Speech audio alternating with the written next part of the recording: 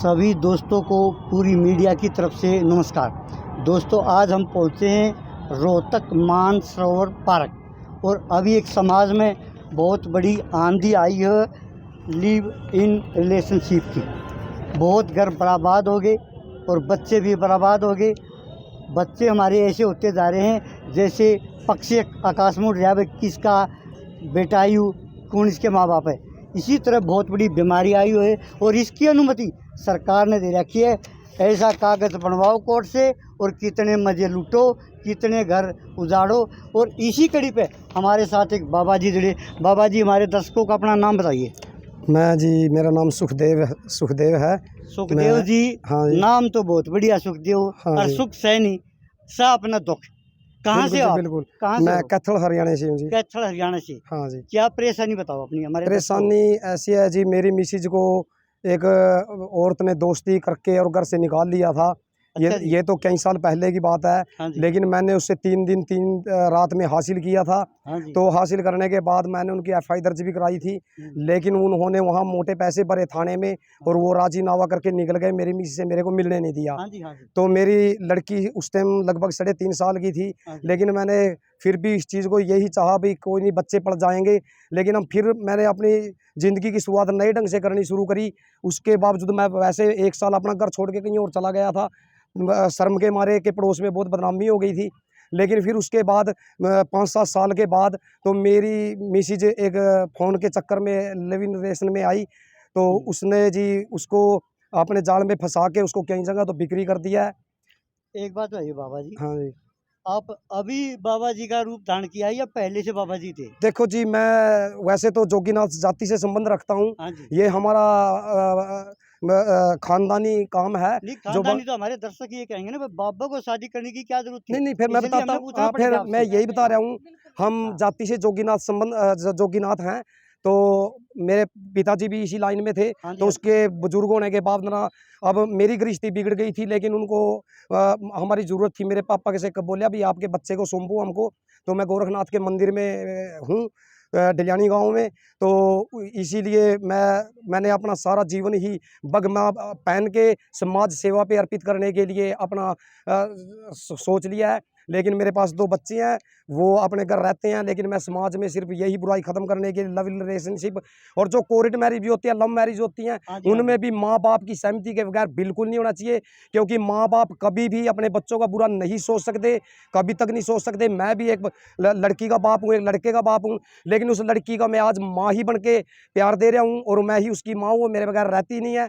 और उसको अब मैं यही कहना चाहता हूँ समाज से कि भई ये जो बुराई है समाज के अंदर, अंग्रेजी कानूनों जो अंग्रेजी कानून हमारे पर लगाया गया है, तो इसको ख़त्म किया जाए। और जो इस रिलेशनशिप की ओट में ये एक बहुत बड़ा षड्यंत्र और भी साथ में चला हुआ है कि लड़कियों को फंसाते हैं, वो बेचते हैं। उनके मैं प्रूफ दूँगा, फ़ोटोआँ दूँगा, काफ़ी लड़कियाँ फँसी हुई हैं।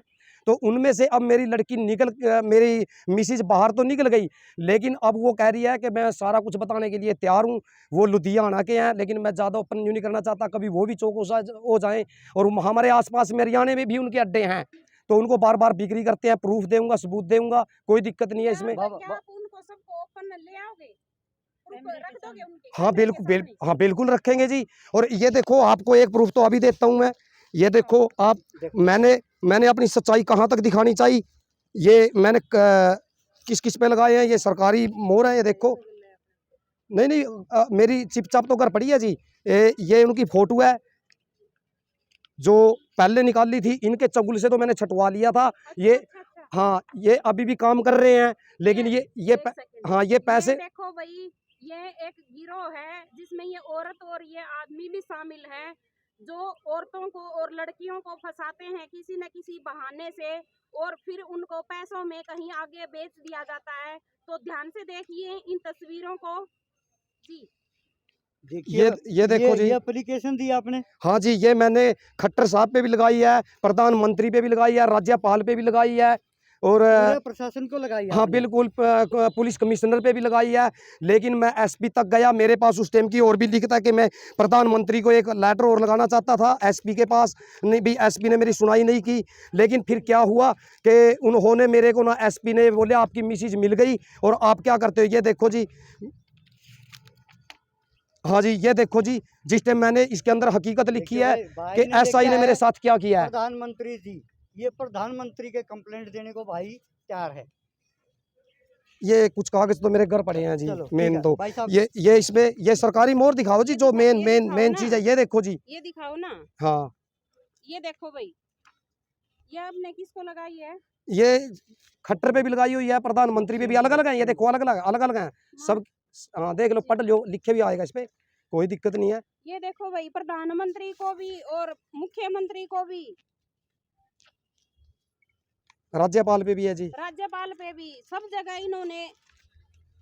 ये 2015 की बात है, लेकिन इस चगुल से तो छुटवा लिया था। ये देखो 2015 की है तो, लेकिन अब 5-6 साल से दोबारा मेरी मिसेज जो फंसी हुई है, जी। ठीक है, उसको कई जगह बिक्री कर दी है, वो भी प्रूफ दूंगा, अच्छा, सबूत दोबारा से दूंगा। फिर फंस गई? हाँ हाँ हाँ, यही तो मैंने फिर भी सब्र किया, मेरे बच्चे पड़ जाएंगे, लेकिन 5-6 साल से वो अब वहाँ उनके चगुल से छूटना चाहती है, लेकिन वो उनको यकीन हो गया अब ये कहीं नहीं जाएगी। लेकिन अब वो कह रही है मैं सारा पता दूंगी, उनके चगुल से लिगड़ तो रही है, वो दूर रह रही है उनसे, लेकिन वो बार बार उनके पास फोन करते हैं, तू आ।